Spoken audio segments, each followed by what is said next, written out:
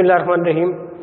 आज हमारा अकाउंटिंग का ये सेकंड लेक्चर है और फर्स्ट लेक्चर में हमने सिंगल एंट्री सिस्टम उसका कंपैरिजन किया था डबल एंट्री सिस्टम के साथ, उसकी टाइप्स देखी थी।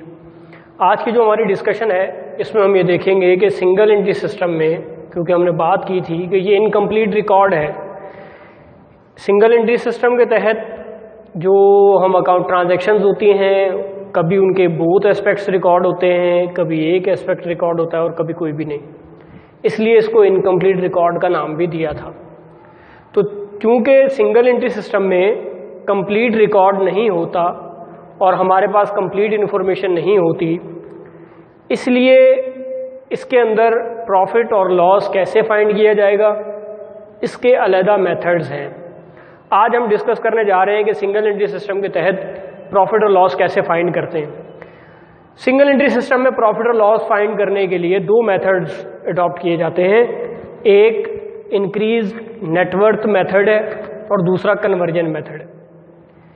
इंक्रीज्ड नेटवर्थ मेथड, सबसे पहले हम इसको डिस्कस करते हैं कि ये क्या मेथड है। The method in which adjusted capital at the end capital in the beginning, दो बातें वो कर रहा है।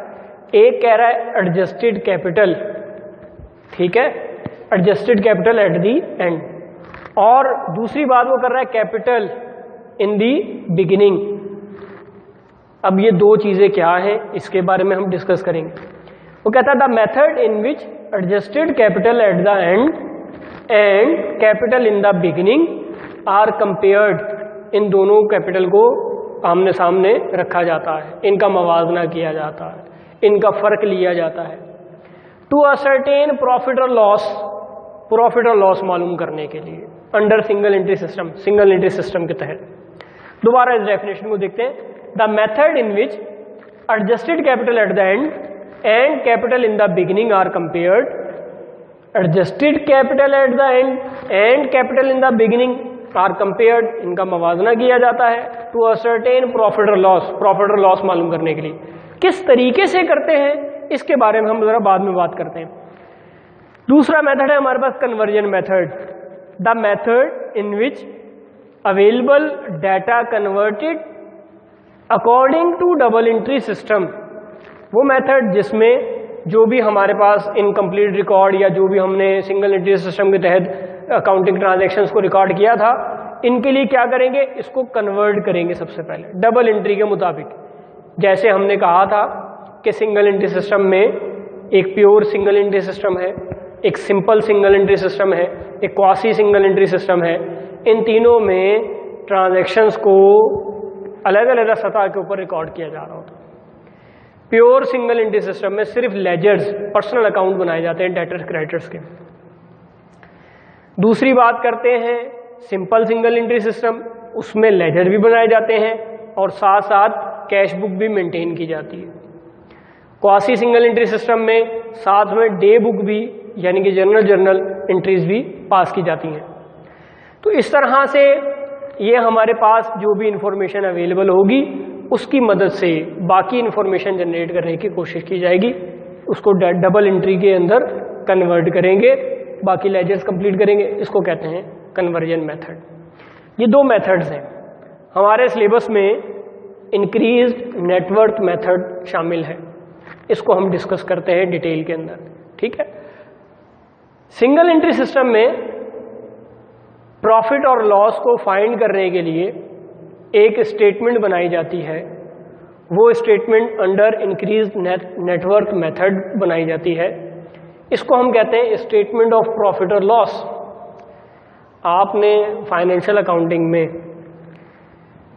Trading and profit and loss account बनाना सीखा था, वो चूंकि डबल एंट्री सिस्टम था, वहां पर प्रॉफिट और लॉस मालूम करने के लिए trading and profit and loss account बनाते हैं या इनकम स्टेटमेंट बनाते हैं।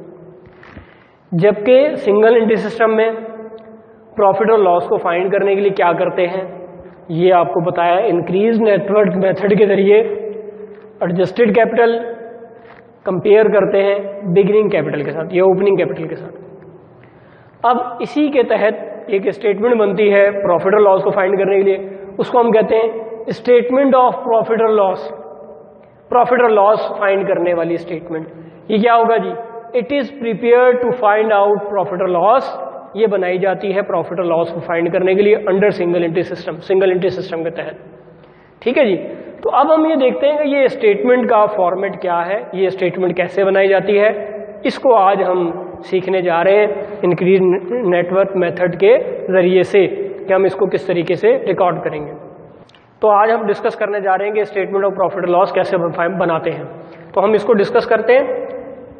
स्टेटमेंट ऑफ प्रॉफिट और लॉस का सबसे पहले एक फॉर्मेट बनाएंगे, स्टेटमेंट ऑफ प्रॉफिट और लॉस। बेटा एक बात याद रखनी है कि यहां पर और लगा हुआ है, एंड नहीं है, प्रॉफिट और लॉस। फॉर दी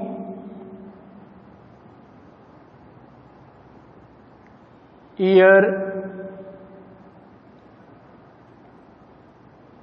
एंडेड, अब जो डेट है उसको लिखेंगे, यहां पर मंथ आएगा और यहां पर ईयर आएगा। ये लिखने के बाद अब इसका हम फॉर्मेट बनाएंगे। सिंपल सा फॉर्मेट है,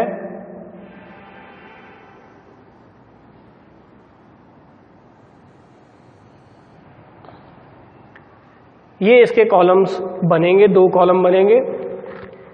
यहां पर हम डिटेल्स लिखेंगे और यहां पर अमाउंट आएगी, ये अमाउंट का कॉलम है, हम अमाउंट लिखेंगे और आपको पता है कि हम अमाउंट इन रुपीस लिखते हैं। ठीक है जी, ये इसका फॉर्मेट है। अब हम एक दफा दोबारा से इस डेफिनेशन की तरफ चलते हैं कि इंक्रीज नेटवर्क मेथड में प्रॉफिट और लॉस कैसे फाइंड करते हैं। यहां पर लिखा हुआ बेटा the method in which adjusted capital at the end, adjusted capital at the and को लेना है and capital in the beginning, और कैपिटल बिगिनिंग को लेना है और फिर इनको कंपेयर करना है। अब हमें यह समझना है कि ये adjusted capital at the and क्या होता है। ठीक है, अब हम इसके ऊपर मजीद बात करते हैं।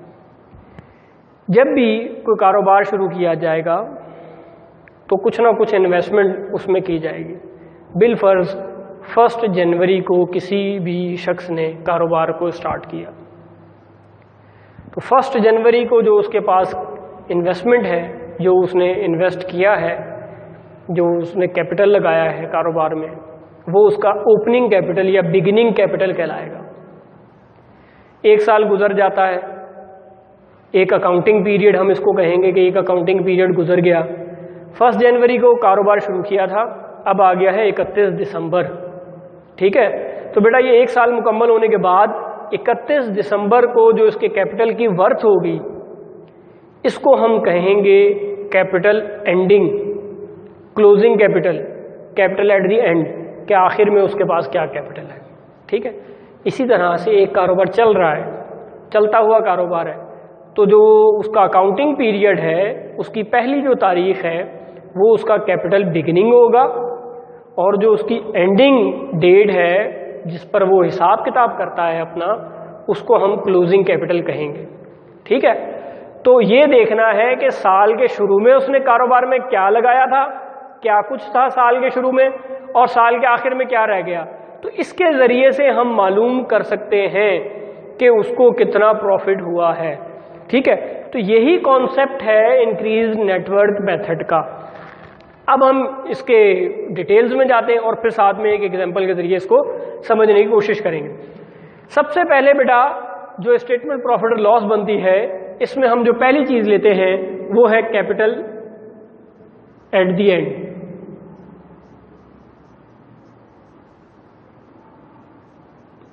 ठीक है, कैपिटल एट द एंड लेंगे, साल के आखिर में जो उसके कैपिटल की वर्थ है उसको यहां पर सबसे पहले लिखा जाएगा, पहली चीज। दूसरी बात कि इसके अंदर हम कुछ ऐड करेंगे। ठीक है, तो हम ऐड करने जा रहे हैं इस कैपिटल एट द एंड में, हमने ऐड किया ड्राइंग्स,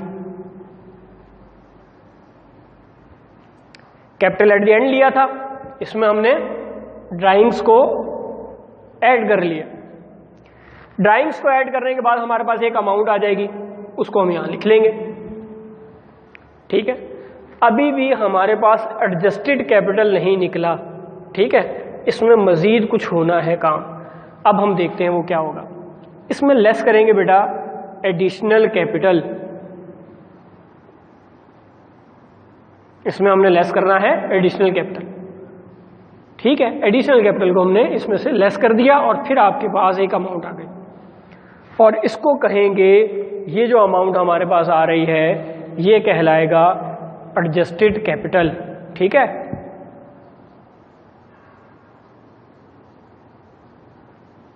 ये हमारे पास क्या आया है, एडजस्टेड कैपिटल आ गया है। अब हम इसको थोड़ा सा समझते हैं कि ये एडजस्टेड कैपिटल से क्या मतलब है और ये कैसे आया है और इसको हम एडजस्टेड कैपिटल क्यों कह रहे हैं। देखें, साल के आखिर में हमारे पास इतने पैसे हैं, ठीक है, या हमारे कारोबार की, दूसरे बल्कि बेहतर अल्फाज में अगर हम कहें, साल के आखिर में मालिक की जो ऑनर की इन्वेस्टमेंट है कारोबार में या उसका कैपिटल है वो इतना है। साल के दरमियान में उसने अपनी ज़रूरियात, ज़ाती ज़रूरियात के लिए कुछ ना कुछ कारोबार से लिया होगा, उसको हम क्या कहते हैं, उसको हम ड्राइंग्स कहते हैं। अगर वो साल के दरमियान में अपनी ज़ाती ज़रूरियात के लिए वो रकम जो उसने ली है वो ना लेता तो इसका मतलब था वो भी कारोबार में मौजूद होती। ठीक है, बिलफर्ज उसने साल भर में अपने ज़ाती इस्तेमाल के लिए 12,000 रुपये लिए हैं और साल के आखिर में उसके पास 1 लाख रुपए का कैपिटल आ रहा है।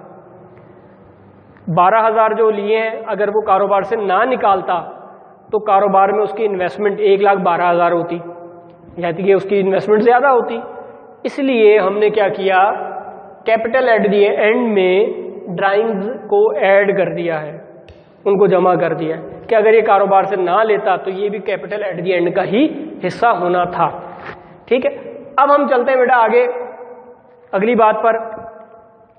अगली बात यह है कि एडिशनल कैपिटल साल के दरमियान में कारोबार की ज़रूरत के मुताबिक कुछ ना कुछ उसको मज़ीद, कारोबार को कुछ मज़ीद इन्वेस्टमेंट करना पड़ी है, कारोबार को देना पड़ा है। बाज़ दफ़ा ऐसा होता है कारोबार को बढ़ाने के लिए मज़ीद इन्वेस्टमेंट की जाती है, जैसे कैपिटल की आपने डेफिनेशन पढ़ी थी, investment by the owners to start और टू एक्सपैंड द बिजनेस। कारोबार को बढ़ाने के लिए मज़ीद इन्वेस्टमेंट करना, इसको एडिशनल कैपिटल कहते हैं, इसको फ्रेश कैपिटल भी कहते हैं, इसको फर्दर कैपिटल भी कहा जाता है।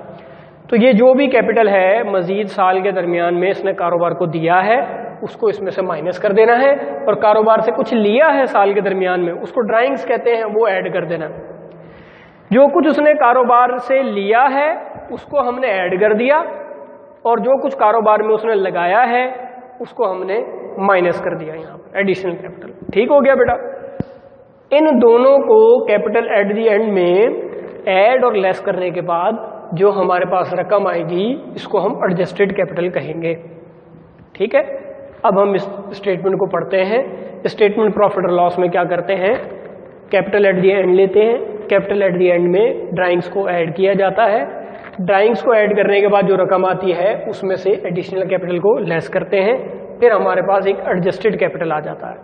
ठीक है, अब इंक्रीज नेटवर्थ मेथड में क्या कहता है, adjusted capital at the end, adjusted capital at the end, ये adjusted capital at the end आ गया,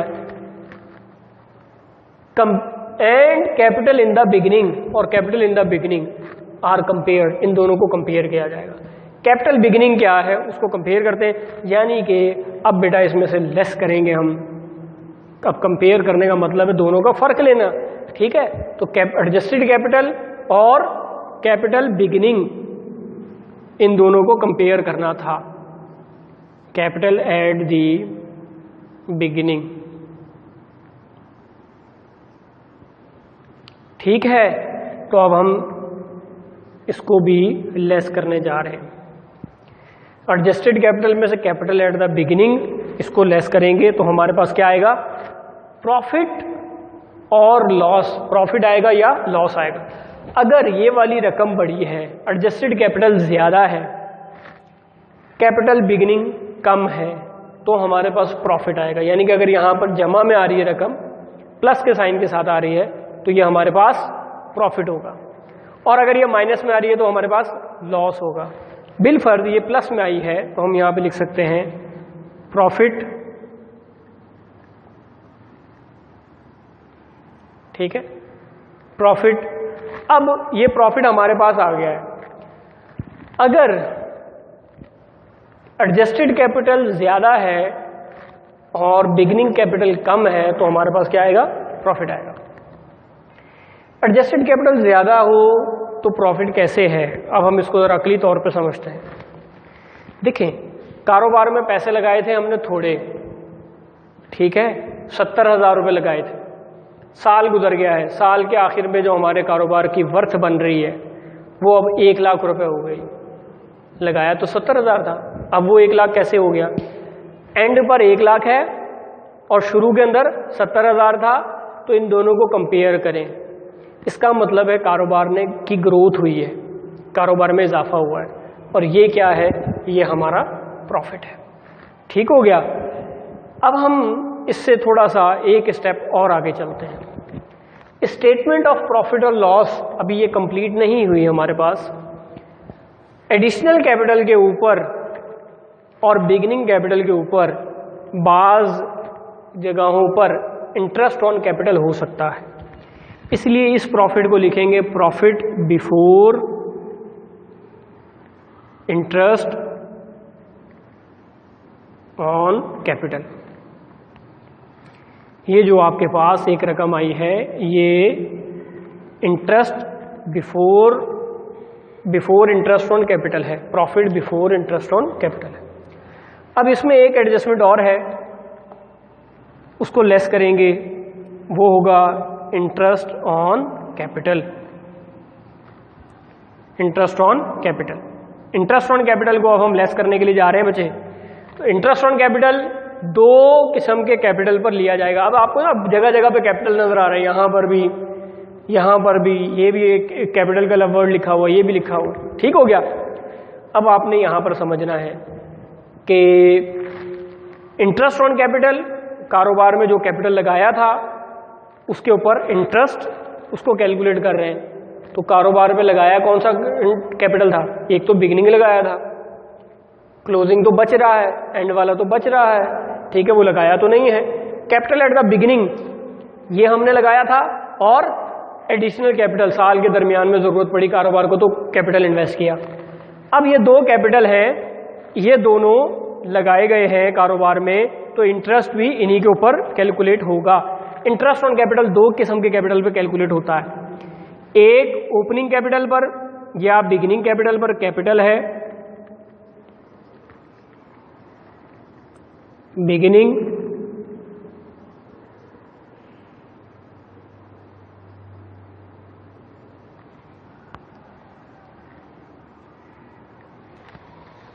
कैपिटल बिगिनिंग के ऊपर इंटरेस्ट कैलकुलेट करना है, और दूसरा एडिशनल कैपिटल पर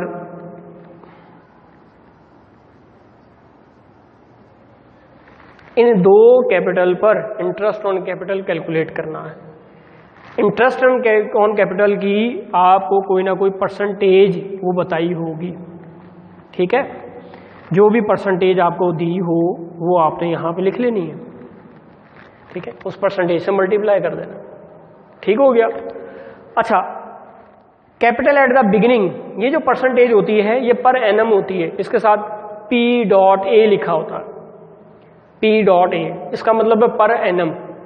पर एनम का मतलब है पर अकाउंटिंग ईयर, वो बिलफर्ज 1 साल है, 1 साल की ये परसेंटेज है। कारोबार के शुरू के अंदर, साल के शुरू के अंदर कैपिटल बिगिनिंग वो क्या था? वो तो आपके पास साल का ही था, पूरे साल का ही था, ठीक है। कैपिटल आपने इन्वेस्ट किया साल के शुरू के अंदर, तो पूरा साल आपने उस कैपिटल को इस्तेमाल किया। एट द एंड आप ये कैलकुलेशन कर रहे हैं तो पूरा कैपिटल 1 जनवरी से लेकर 31 दिसंबर तक यूज हुआ है, तो उसके ऊपर जो इंटरेस्ट है वो पूरे साल का होगा। तो इसके लिए ये परसेंटेज पर एनम, ये तो ठीक है। यहां पर एडिशनल कैपिटल के साथ भी ये परसेंटेज लगी हुई है, और ये परसेंटेज कब की है? ये पूरे साल की परसेंटेज है।